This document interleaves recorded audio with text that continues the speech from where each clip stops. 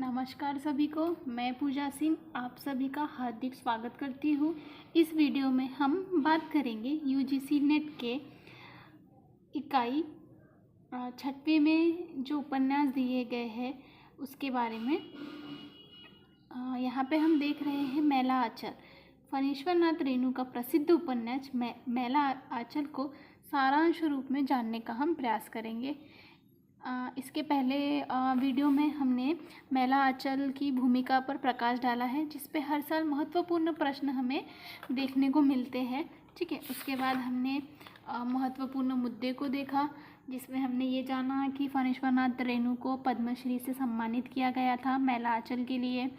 ठीक है, मैला आंचल उपन्यास की शुरुआत कब की गई, ऐसे हमने महत्वपूर्ण मुद्दे देखे। उसके बाद हमने देखे हमने प्रमुख पात्र, जिसमें डॉक्टर प्रशांत, कमली, विश्वनाथ मलिक, कालीचरण, बावन दास, लक्ष्मी और बलदेव, ये ऐसे प्रमुख पात्र हैं जिस पे हमें प्रश्न पूछे जाते हैं कि निम्नलिखित में से कौन सा पात्र जो है वो मैला आंचल में से नहीं है, या निम्नलिखित में से कौन सा पात्र है जो मैला आंचल उपन्यास से संबंधित है। तो हमें पात्रों को भी ध्यान में रखते हुए चलना है। उसके बाद हम देखेंगे, आगे बढ़ते हैं हम इसी सीरीज़ को लेकर, कि ऐसे कुछ और महत्वपूर्ण मुद्दे जो हमें परीक्षा की दृष्टि से महत्वपूर्ण जान पड़ते हैं। ठीक है, तो हम यहाँ पे देखेंगे कि मैला आंचल का प्रकाशन कब हुआ। तो उसका ऐसा भी प्रश्न आ सकता है कि मैला आंचल का प्रकाशन कब हुआ या कहाँ से हुआ। तो हमें ध्यान में रखना है कि मैला आंचल का जो प्रकाशन है वो अगस्त 1954 ईस्वी में समता प्रकाशन पटना से हुआ। ठीक है, कुल पृष्ठ यानी इसमें कुल पेज कितने थे, 250। कुल खंड कितने हैं, 2 है। हमें यहाँ पे ध्यान में रखना है कि इसमें 2 खंड है। एक जो खंड है वो स्वतंत्रता के गांव का चित्रण है, स्वतंत्रता पूर्व, और एक जो है वो स्वतंत्रता के बाद का चित्रण है। ठीक है, कुल कितने खंड है, तो 2 खंड है। कुल परिच्छेद कितने हैं। ठीक है, उसके बाद हम देखेंगे उपन्यास की कथा, और अब आगे महत्वपूर्ण मुद्दे पर बढ़ते हैं। तो उपन्यास की कथा भूमि उत्तरी बिहार का पुनिया अंचल है और कथाकार आज़ादी के कुछ बरस बाद का है। उसके बाद हमने यहाँ पे पहले जाना कि इसमें 2 खंड है। कौन से हैं, पहले खंड में स्वतंत्रता पूर्व के गांव का चित्रण है, यानी स्वतंत्रता प्राप्ति के पहले का चित्रण है। और उसके बाद दूसरे खंड में जो है हमें स्वतंत्रता बदलते हुए ग्राम के जीवन के बिखराव और टूटने का चित्रण हमें द्वितीय खंड में दिखाई देता है।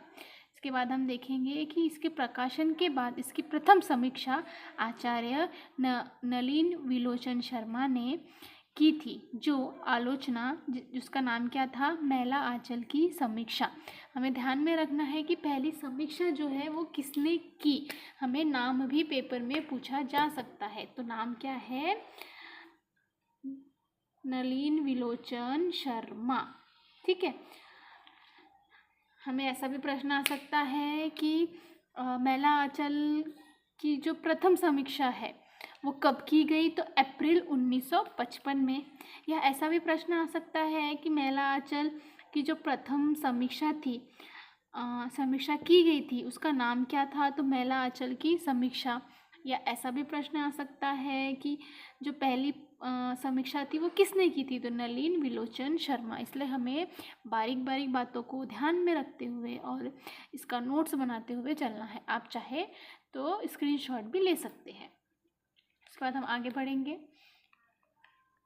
देखो, हिंदी में गोदान के बाद दूसरा श्रेष्ठ उपन्यास किसे माना गया है, तो मैला आंचल को। देखो, यहाँ पर भी एक महत्वपूर्ण हमें प्रश्न बनते हुए दिखाई दे रहा है कि ऐसा प्रश्न आ सकता है कि हिंदी में गोदान के बाद दूसरा श्रेष्ठ उपन्यास किसे माना गया है।